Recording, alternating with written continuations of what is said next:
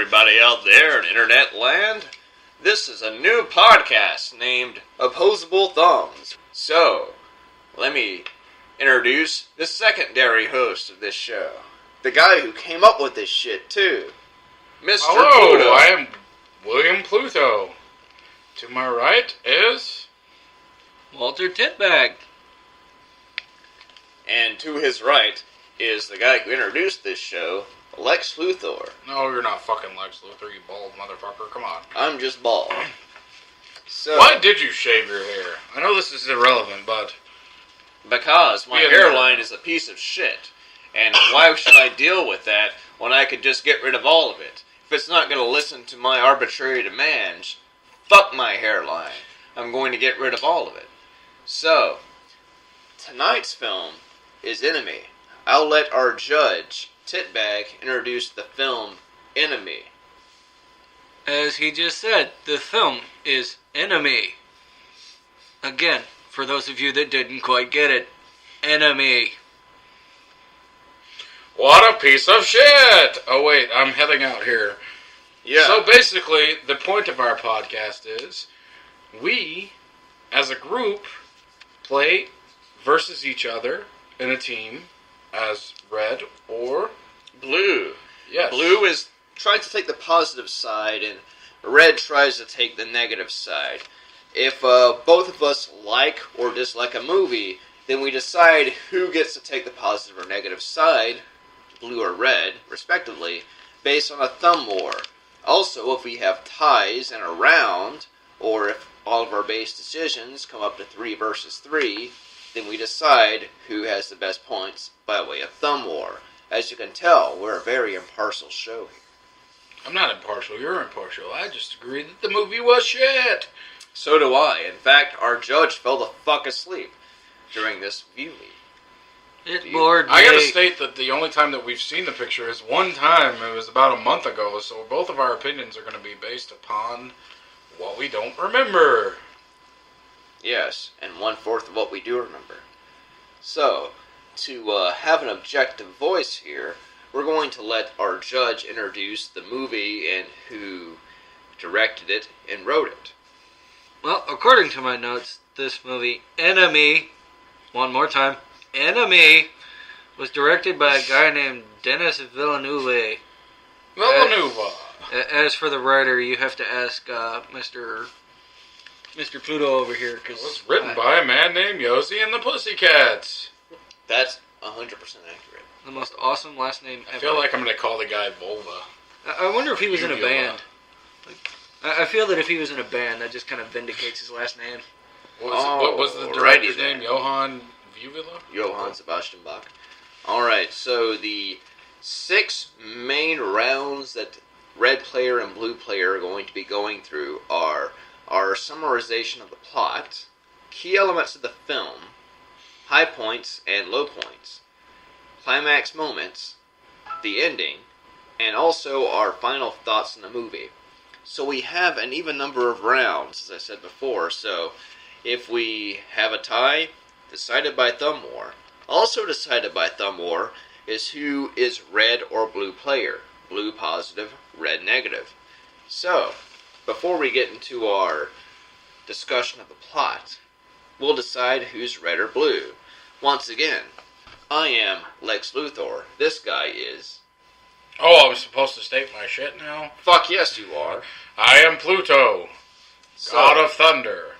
We are now going to commence with a thumb war. I was just thinking about that Kiss song. It's like, do, God of Thunder and rock and roll. We are going to commence with a thumb war, officiated by our judge. Okay, motherfucker, if you Stand don't both stop thumbs up scratching your straight and nuts. quit moving. You gotta Place stop your scratching thumbs your together. nuts.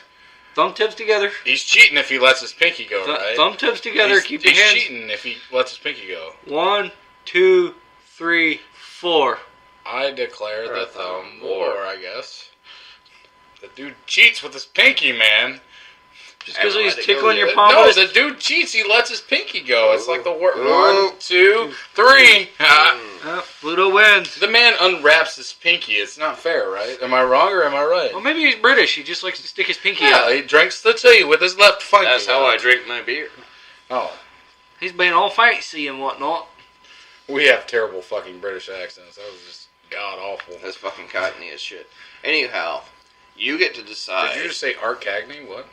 Cockney as shit. Yeah, Anyhow, Pluto was the victor of that match. So, he gets to decide whether he's the positive or negative position. Oh, I'm totally blue or red. fucking negative on this picture. Yeah, since it was a film that we both fucking hated, he's going to take the negative position. Alright, let's negative it up. I have the fucking deplorable task of defending this movie. So, our first round is going to be our description of the plot. And the person who decides who has the best description, who argues their point the most eloquently, is going to be our judge, Titbag. And Titbag also gets to decide who leads in each individual round. Round number 1 is plot discussion. Start the round with Mr. Red. Being that both of you have chosen that this film sucks, I want to know why it sucks. Shit, am I the commie here? Like fucking color red? Mr. Red! Alright. So discussing plot. Well, I could not derive a plot from this picture. Jake Gyllenhaal is the star and lead. No plot. Oh shit, I've already failed. Well, there is some sort of plot, see now. Jake Gyllenhaal is a history teacher who discovers he has a doppelganger. That is the leading... Right, I was leading into it. And it also So, takes place plot. in Vancouver, which has awful architecture, and is really yellow, evidently, and has spiders. I think all over everything it. in the movie is yellow, but... It's like it was directed by an amateur David Fincher. It could be. To begin, I will state, my theory on the plot was the fact that Jake Gyllenhaal, whose character name is... Adam. And I've lost my piece here. Oh, there it is. His name is Anthony. Is it Anthony versus Adam, or is it Adam versus Anthony? Well, Adam is the history teacher. Anthony is an actor. Okay, so we begin with Adam, who decides to visit a VHS store that sells movies. And then, on top of this, he finds that he's never watched a movie before. His pal in the beginning asks him, has he ever seen this certain movie? And he says, no, he's never watched a movie before. Believe it or not, this happens That's in the bullshit. goddamn... He's watched No, movies, it doesn't. The dude but he doesn't fucking like says... them. He says, I've never seen anything before. But anyway... He says, I don't like movies. I fucking hate them. So we pro forth here, and then he gets a movie where he absolutely sees himself in the role of... Yes, and I should notice, this is part of my defense of the movie, is that it's interesting that the movie really plays in the subconscious, and what really plays into this is the fact that he watches the movie first, and then he falls asleep, and then when he wakes up, he remembers, holy shit, I was in that movie. A guy who looked just like me was in that movie. He apparently wanted to become this man, who later in the film turns out to be who he is trying to become. Well, to start with, through thoroughly, he states, I'm gonna get a hold of this person. So he decides to call this person, who turns out to sound exactly the fuck like him. And the person who decides this is Anthony, the actor's wife. Pregnant wife, a good 7 months pregnant. And he calls his apartment number, she picks up, and cannot tell the difference between the two. Where have you been, she says. So, he decides to visit the apartment later, and she misconfuses him as him. Whoever the fuck we are stating is him. So, Adam is getting confused as Anthony, as I am getting confused as well. Anyhow, I will explain the difference between Adam and Anthony here. Adam is a history teacher, Anthony is an actor. Adam has a fuck buddy, Adam has a wife. Anthony has a wife who is pregnant, 7 months pregnant. And... How do we know exactly how many months pregnant she was? Because she was pretty fucking pregnant. Just because she's big does not mean it states how far pregnant she is. But I'll go she with could 7 pop the months. next So fucking does day being and pregnant all. actually contribute to the plot in any way? No. The movie starts off with the Anthony character, actually. The very first scene of the movie has Anthony, and you can tell that it's Anthony because he has a wedding ring on. This is the one distincting characteristic between these two characters. One has a wedding ring! One does not. And the character with the wedding ring, who is Anthony, attends a prostitute-filled party that, this opens the picture. That's the complete... Let's this is open the the picture opening with, of the let's picture. go to this party and fucking... Let's go to this... Let's go to the party, let's fucking... This stomp negative, bugs eyes and wide shit, shut party with a woman who has a saucer with a pan over it and opens takes it the up to pan reveal off something. and reveals a fucking You can't see. spider. No. You can't see what it is because it's so fucking. The scene is shot so fucking darkly. But I could You tell can't that tell it was what a it was. fucking spider. No, wait. When better the eyes than movie you. opened up, you said this is a fucking spider. Yeah. Whoa. And yeah, the woman who was a prostitute who revealed the spider steps on it. And you're going to see spiders more and more throughout this film. In fact, there's lots of shots of the skyline of whatever Canadian city they shot this in. That basically you see all these cables that are connected to the trams in the city, and they look rather like spider webs. And that was kind of clever to me, but I don't quite understand how the fuck spiders fit into this film. And that's why I was pissed off at it. So, Anyhow, I do have to argue why it's a good movie. So, to give me more fuel for my flame, I'll pass the torch to Mr. Pluto. You took my torch from me, sir.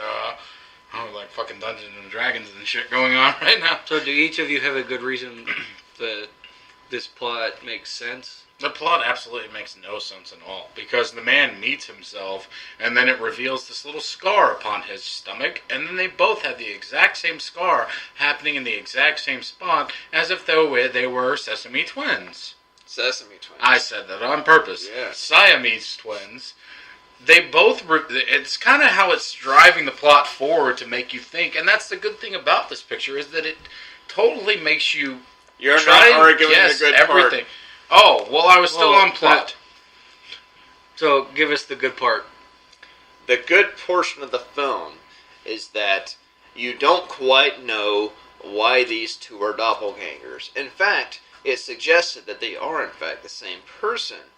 And I'll get more into that. Where does it suggest that they're the same person? Well, I'll later. substantiate that theory as we move towards the end of the movie. So where I was finishing in the plot was that these two characters meet up in a hotel room. And then it's like, do you have that scar? I have that scar. We could be Sesame twins. And we could eat chicken together. I don't understand what part...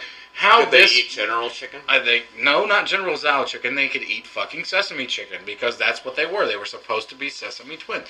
So in the plot, where we are at is the dude calls old chick's girlfriend, and then Who's the dude? The dude is okay. Anthony.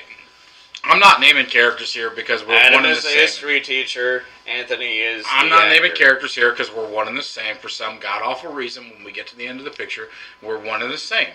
So where we go from is Adam, the history teacher, calls Anthony's girlfriend, and then comes back to, after this scene, he wants to get a hold to Anthony, the actor, who comes from the movie that he watched, blah, blah, trying to get a hold to his doppelganger.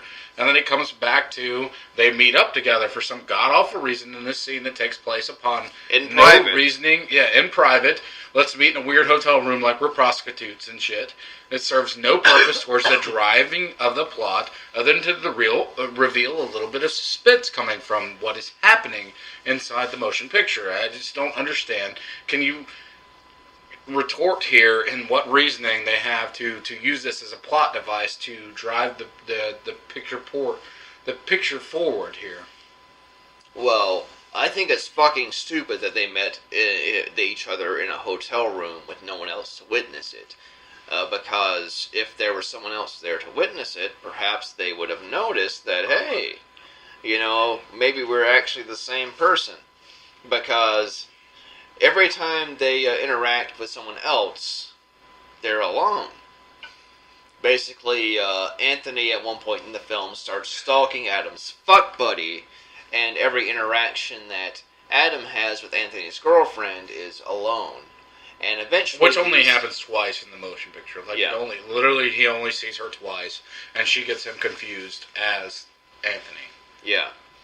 And these two characters only meet together.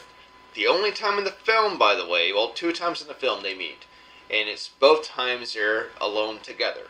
Once in the hotel room, and once in Adam's apartment. No, I was talking about when Adam meets Anthony's girlfriend.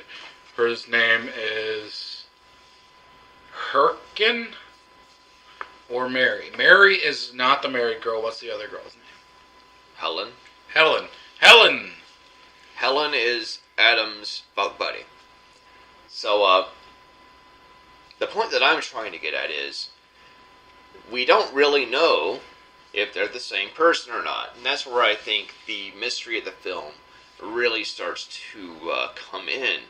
Because, as I said before, the only time they meet each other face to face is in private. No one else is there. And the second time they meet, Anthony has gone a full 180 from what he was originally. Originally, he was the kind guy that was like, get the fuck off of me, don't bother me and shit, and then he turns around and says, oh, I could possibly get laid from your fucking chick you're fucking. Yeah, and notice that,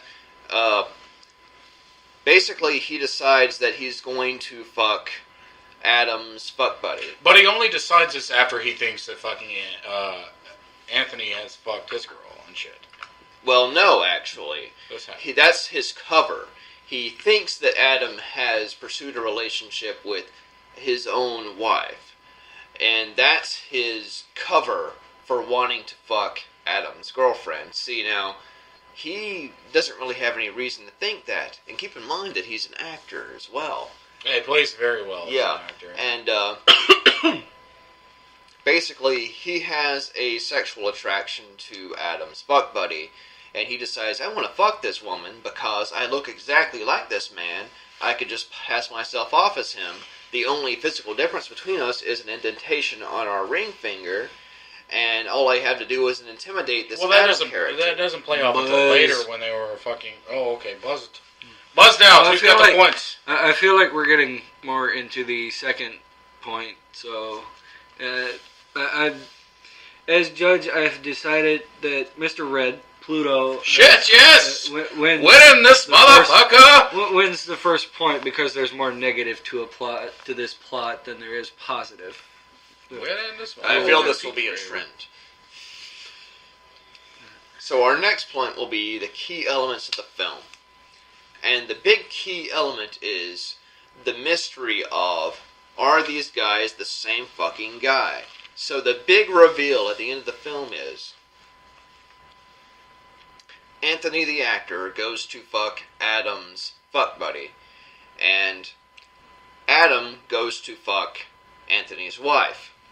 The big difference between the two is that Anthony is perfectly fine with practically raping Adam's fuck buddy and Adam's girlfriend, I guess. Yeah, and Adam cannot go through with copulation with. But here we are. Is the idea that dude pretends to be another dude just to get laid and shit. So I don't understand why we could think about the idea that when one guy pretends to be another guy just to fuck somebody else, and then one guy, and the reason why he pursues his girlfriend is because Anthony thinks Adam is fucking his wife, or has fucked his wife. Well, no, he's making it up, is my big assertion.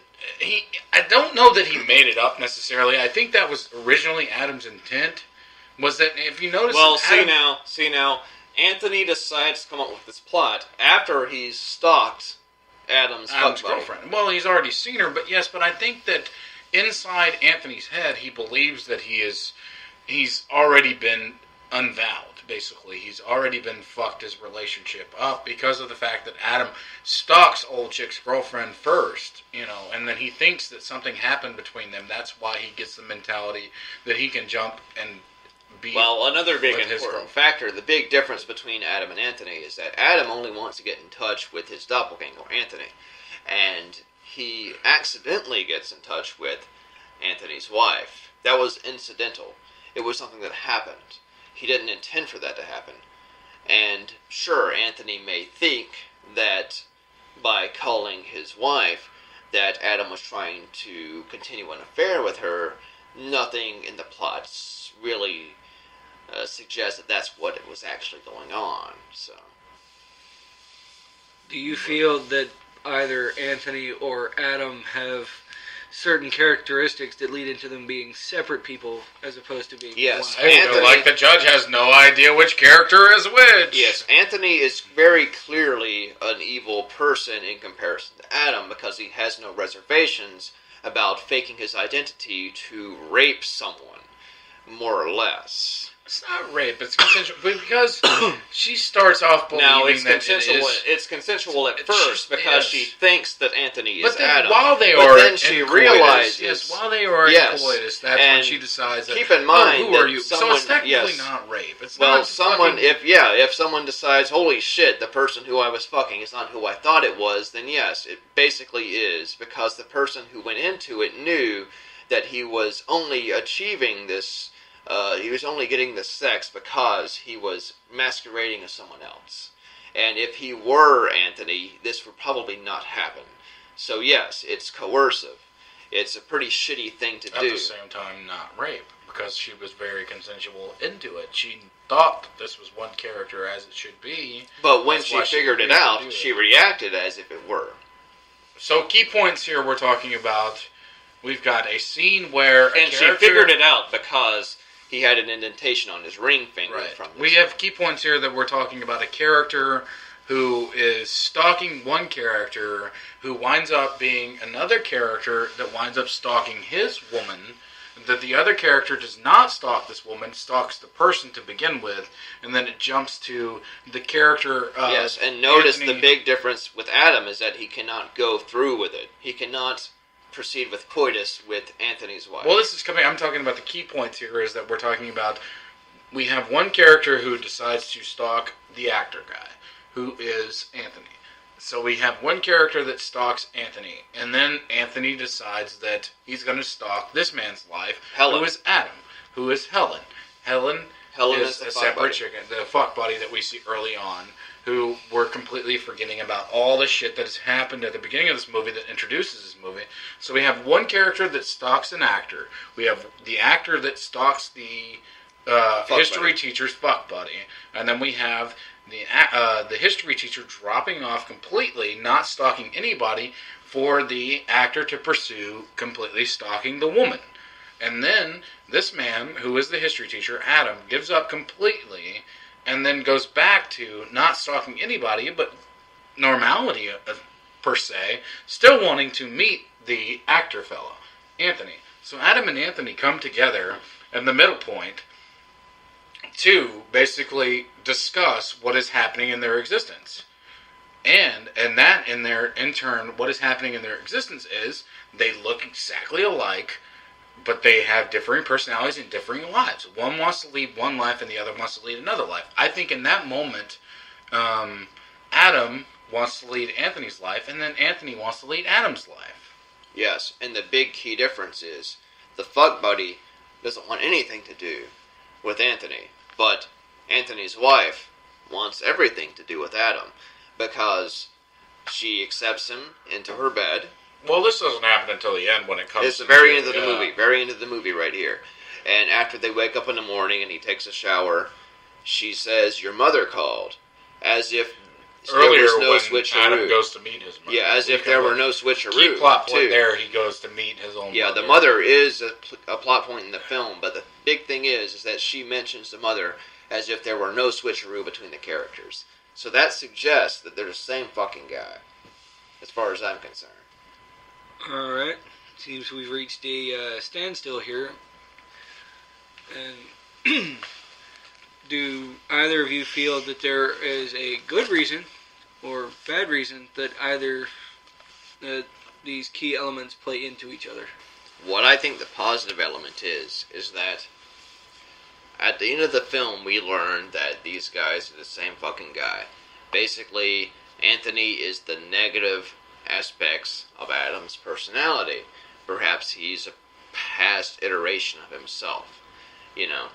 And he maybe learns how to deal with himself by the end of it. But what's suggestive, though, is that he runs right back into that spider at the end of the film, which is exactly what Anthony was dealing with. I think that if anything, the spiders are symbolic of sin, perhaps, and indulgence in that. And throughout the film, he deals with trying to get over his past indulgence in it, and he tries to get over it for the sake of his wife and his unborn child, but at the very end, he succumbs once again and goes back to the spiders. And that's the truly depressing and shitty message of the film. You can't change yourself. God damn, we are obsessed with spiders. I don't understand the obsession with spiders in this picture. I have no idea why in the fuck there are even scenes with spiders. The picture would have been far better without them completely. I believe that we have a lot of suspense going on between the two characters and not figuring out exactly what is going on. We do have two separate characters that are opposing, but yet that they completely attract one another's lives and whatnot, with a female character and then another female character, separating one another, who one wants to be with one and one wants to be with the other, and then sooner or later they're like, fuck it, my life sucks, so I want to go ahead and get with this chick, and then I'm going to get with your chick. You got with my chick, I'm going to get with your chick, kind of thing. But what we have here is completely separating the realism from into surreal. And then that serves absolutely no driving force here at all, and completely breaks the picture, as if though that we as an audience look at it like we are in a realist world where a man can search out another man who thinks that this man's chick is attractive, okay enough. And then a man who could be somebody's sesame twin takes out and then decides that, well, hell, why not? We look alike. So, maybe this was quite the case, that he was like, I'm done with my wife, I want to try something different, and he's done with his existence.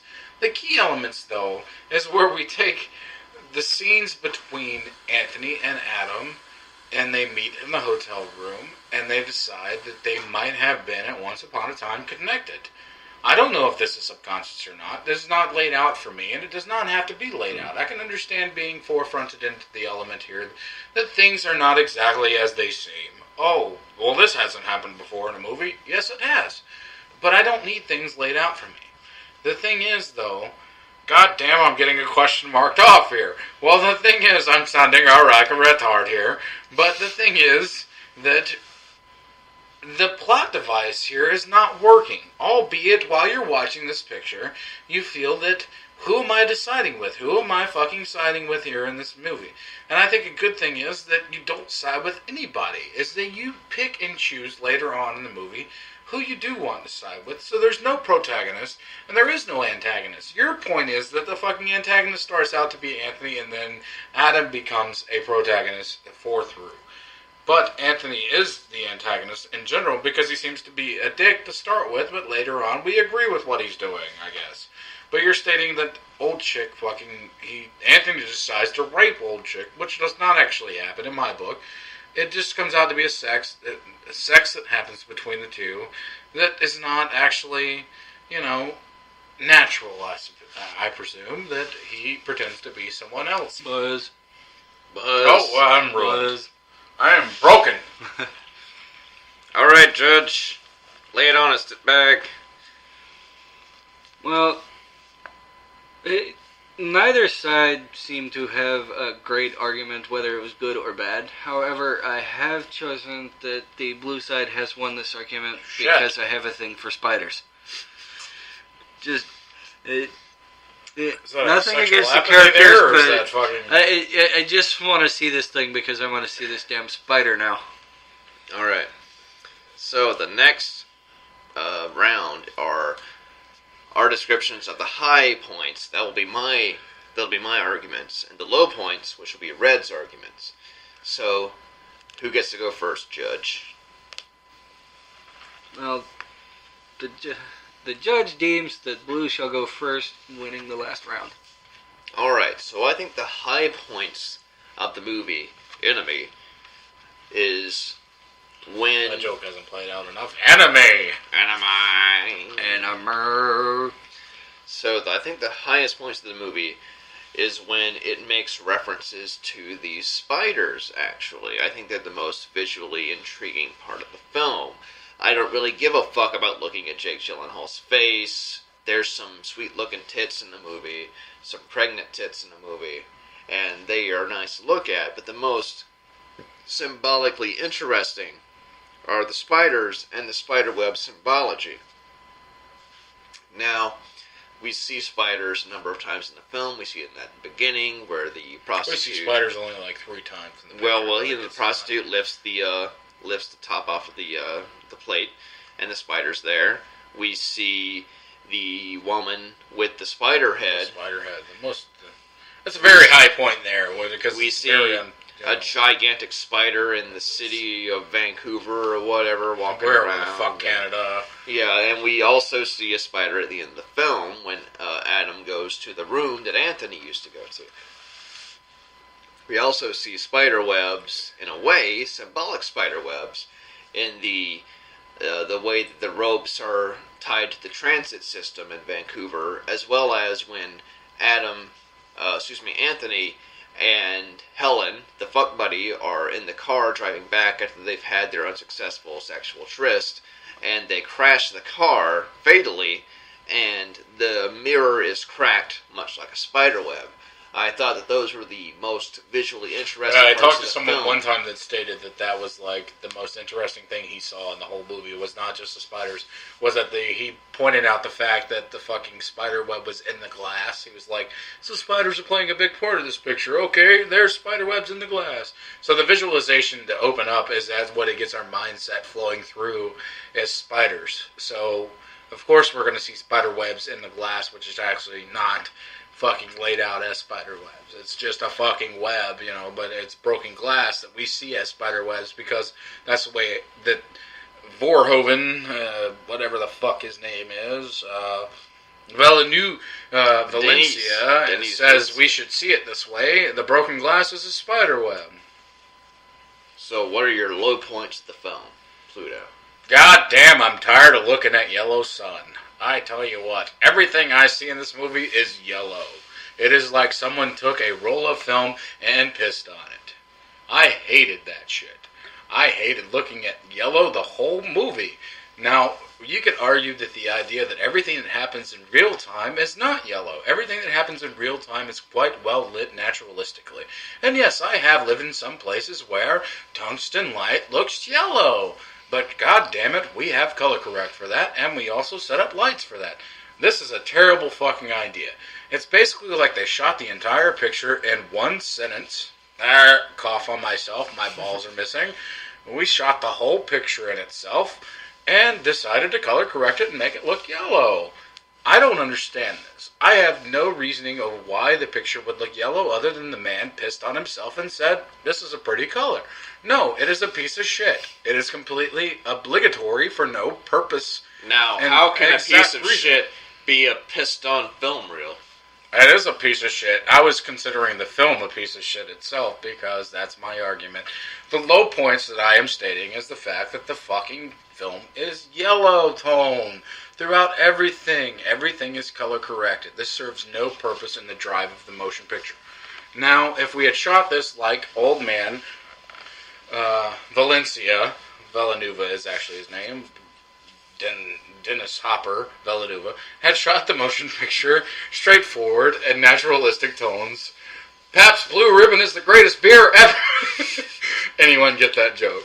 Pabst Blue Ribbon. If we had shot this in naturalistic tones and not have changed the color, yes, it might have worked as well as Prisoners did. Prisoners was a picture that was actually nominated for a Motion Picture Academy Award. Fuck the Motion Picture Academy Award. Same director, by the way. Same. I know, that's what I'm stating at.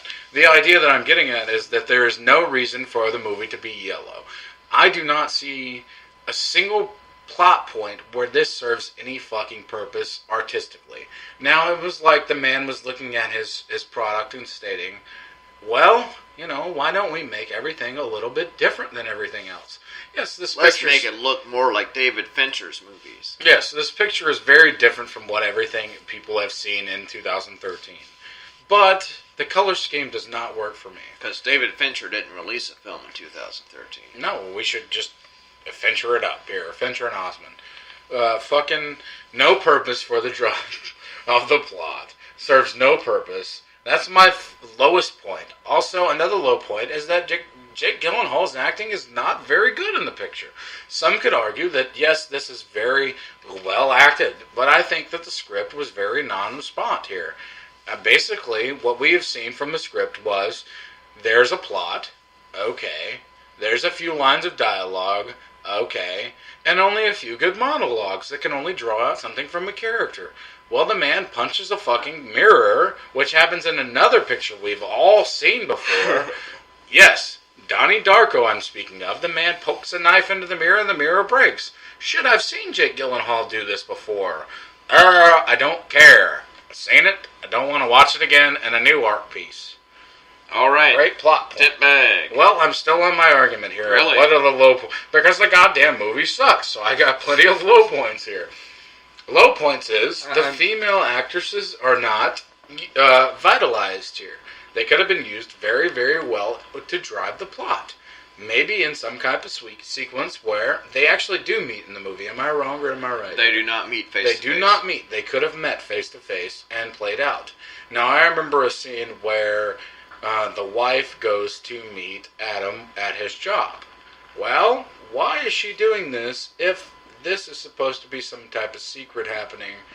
You know what I'm saying? That this is supposed to be some type of secret that the audience is not supposed to see, where Anthony is existent and Adam is non-existent, right?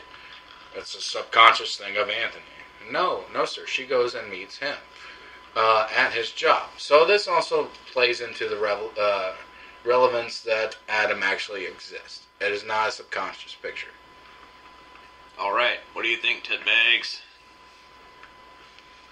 Well, I'm saying like six film, fucking pieces right. It more sounds like this film has of the more yellow low picture. points than high points. Again, trying to highlight the spiders, but that just doesn't work out this time around because it doesn't really play into any of the high points that this film has, apparently. So, Red wins this round. Yeah! 2-1, motherfucker! Fuck! Okay, so the next point is going to be The climax. Climax of the film. Okay, who gets to lead off this round? Well, much like the last round, the winner shall go first. Red, downside to the climax. This is the most anticlimactic movie I've ever seen since Gummo, which will come an occurrence in this podcast. This is the worst fucking anticlimactic movie I've ever seen in my entire life. Now, what I was expecting from it is I wanted to see somebody fucking big reveal that maybe this was a part of old dude's subconscious. That it would just play forth to me that this actually happened, that it could be a part of somebody's mentality, and it was a dream sequence. But fuck no, we're not offered that. What we're offered is a goddamn man opening a door to reveal a giant fucking 8-legged freak. That's all we see is the fucking door open. But the whole tone of the picture is yellow, which I've already argued. And then he opens the fucking door, and it's a goddamn giant fucking spider. Not standing. The dude is crawling the wall. Of all things the fucking spider could do, it crawls the fucking wall. It doesn't eat Jake Gyllenhaal, who sounds like Goofenthal to me. It doesn't eat Jake Goofenthal. It just fucking crawls the wall. How fucking boring is this? So what we got is something that is not straightforward, not planned out, not given to a climax, nothing. Before this takes place, what we have is a scene where Anthony is trying to fuck Adam's girlfriend, Helen. Yes, I understand this, but they're driving and then they have an accident, and then we cut to Adam being in a room with, my mind blanked, Mary. Mary is her name. Mary is the pregnant girlfriend. Mary is the pregnant girlfriend. Wife. So we cut to this scene where, and Adam is playing off that he is Anthony, that he is still playing to be some other character that exists somewhere in this fucking motion picture. But she can clearly tell that she's not the same person. It is revealed and a little bit. Unlike Helen, she knows that there's two guys that look the exact same. Yes, I think she understands that, but I honestly do not.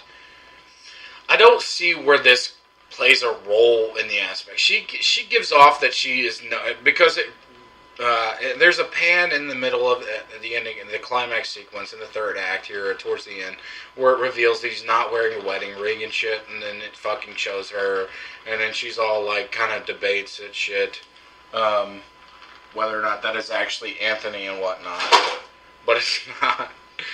That was just a fucking cocktail spilled. Sorry about that. Don't cut that out because that's hilarious.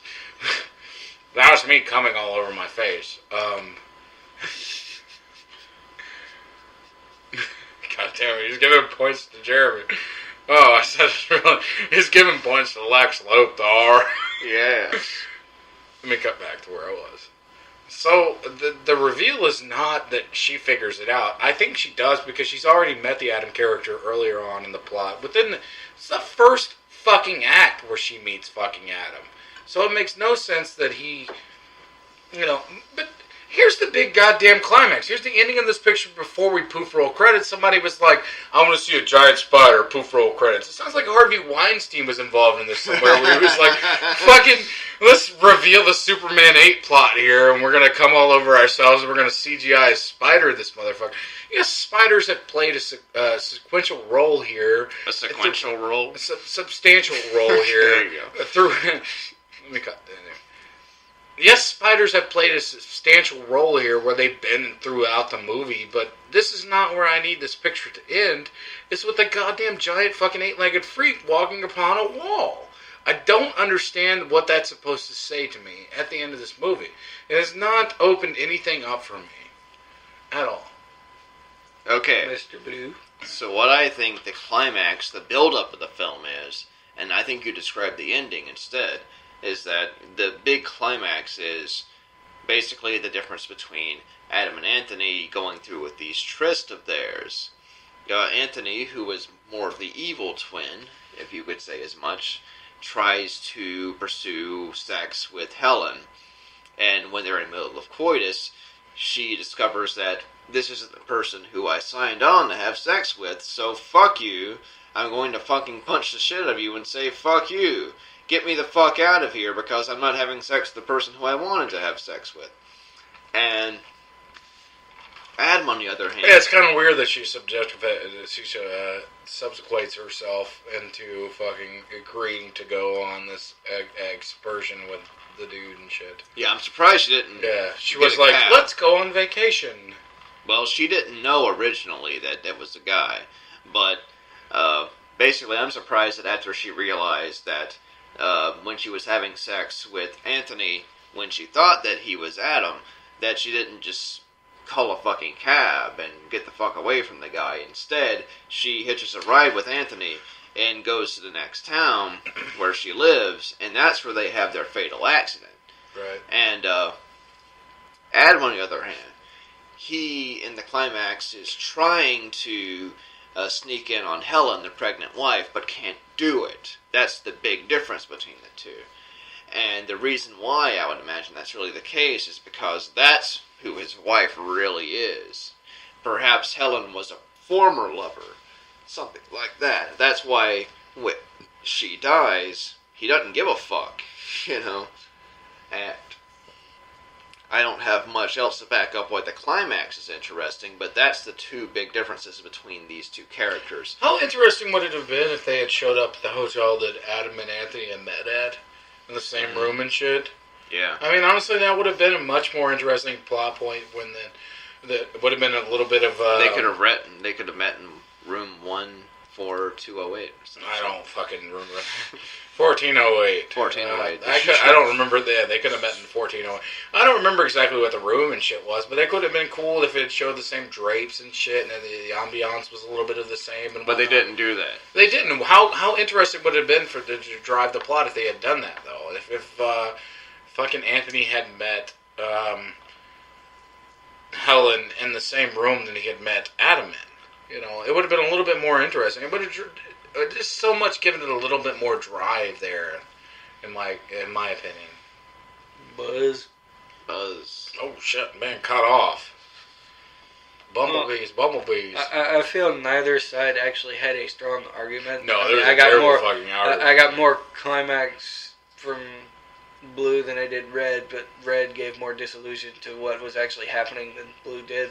So this round kind of ends in a draw. So it's time we to get decide to it a by thumb war. No, we don't. Is that shit right there? Yeah, yeah. We got the Thumb climax. Well, hold on. We're not at the end yet, but we have a tie for We this have round. a I broke the so, ending. so we have a tie for this round. So thumb war. Fucking Thumb Wars!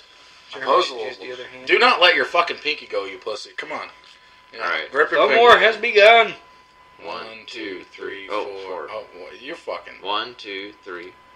Okay, on this side. 1, 2. 3, 4. I declare a thumb war. I'm gripping your pinky like a motherfucker. I'm getting scratched by your goddamn thumbnails, too. 2, 3. You let that fucking... And British climax shit goes go to out red there. for winning a thumb war. Yes, sir! That is 3-1 now. I had the Is it fucking 3 to step 1? up my game. There's- I'm 3-1. basically telling you that the fucking movie is a piece of shit, right? And who would have guessed that would have happened? Oh, Lord. Why did you want to argue against this movie? Like, why did you want to say that the movie was good? And what's your Because I lost the thumb war. Good enough for me, sir. Our next one is the ending of the I film. want to go to final thoughts right here. Uh, I want to go to final thoughts. Yeah, we already discussed the ending. the I gave ending. the ending out. Actually, yeah. So we'll go ahead and skip the final so we nullify thoughts. this round straight Yeah. to blue because red gave away the ending. Oh, tied up again. We go right back to No, final we're at thoughts. 3-2 now. We have 3-2. we have red leading 3-2. Yeah, it's going to be hard for you to win this motherfucker right here. I think you should start We with need it. some strong arguments here, so to give one last effort at winning, blue will now make his arguments for the final thoughts. Now, I think that the strongest element of this film is that it makes you think about what's going on. Ha, ha, ha. And, you can't allow the story to tell you what's going on because it doesn't tell you every detail. You have to figure out what's going on based on what the women are telling you, basically. Because they're the characters who are most closely related to the central characters played by Jake Gyllenhaal, Adam and Anthony, and they're the ones who can give you a objective stance on it. So basically, when you listen to Helen, Mary, whatever her name was, or the mother, that's when you know something objective is happening. Because they're the characters who are not either of these two guys who could in fact be the same person. And I think that's kind of important, actually. And more or less, you had to pay very close attention to the dialogue. And while I did give some praise to the spider visuals for their symbolism, you really had to pay attention to the dialogue to figure out what the fuck is going on. Because the big reveal is, hey, your mother called. And it's presumed the guys wouldn't have the same mother, right? So that means they're kind of the same person. That or she's really delusional and really wants Adam to be Anthony, and doesn't expect him to, or just expects him to play along, you know. So more or less, I think the point is they're the same guy.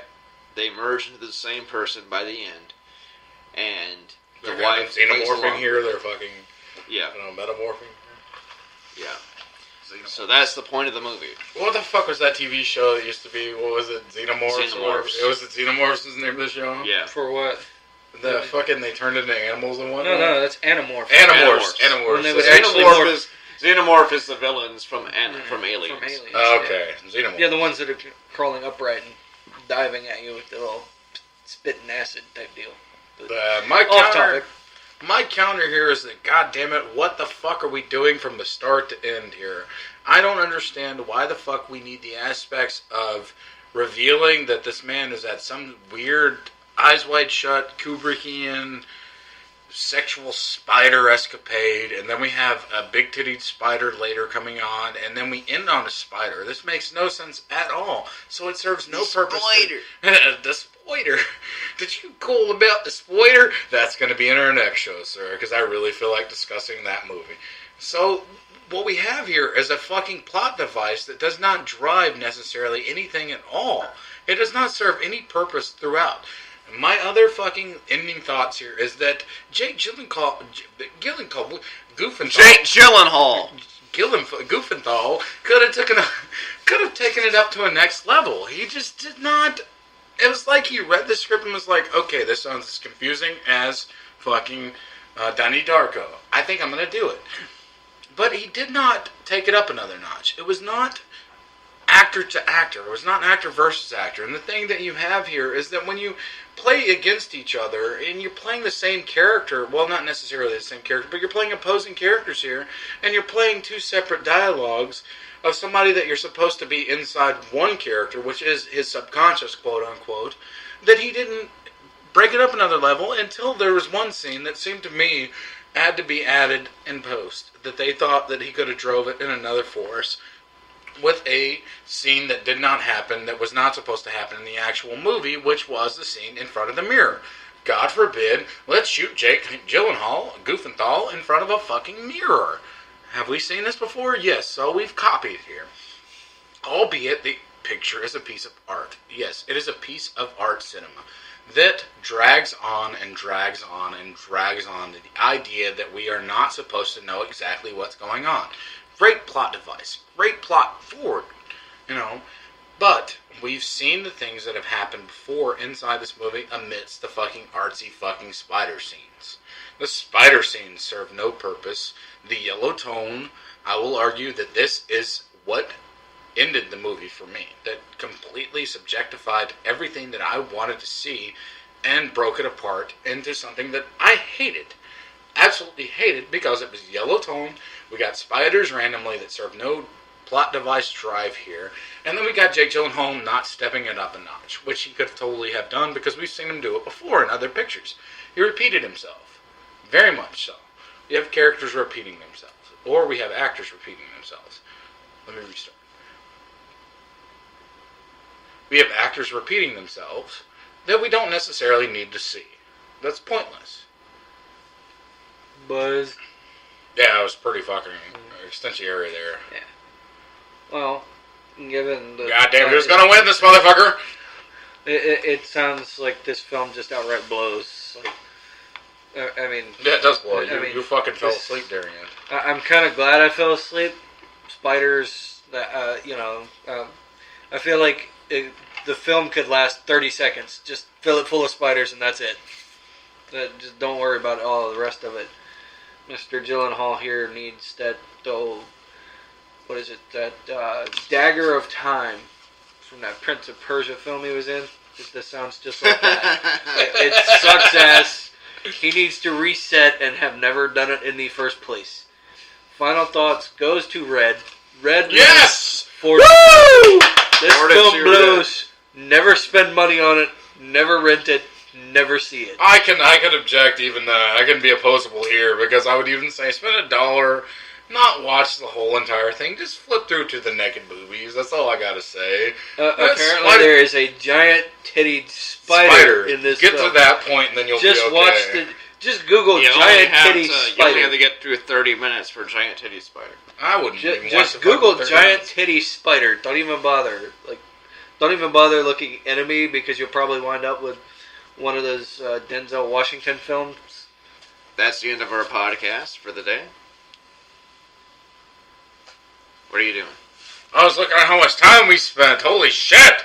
I'm excited. 3. Alright, so now I'm not breaking out here. So, we're going to introduce our next episode.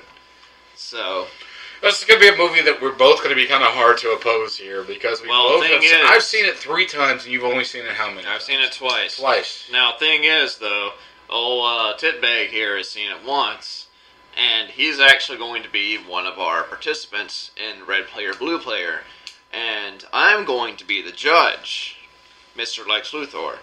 So, we'll see you on our next episode where we review Kevin Smith's Tusk. Which happens to be a brilliant masterpiece to me, so it's going to be kind of hard to break that out from me, but goodbye from fucking Fantasyland, and indeed. I'm going to fuck my Tenga egg right now. So. Tenga egg. That'll be our sponsor in the future. Well, let's hope so.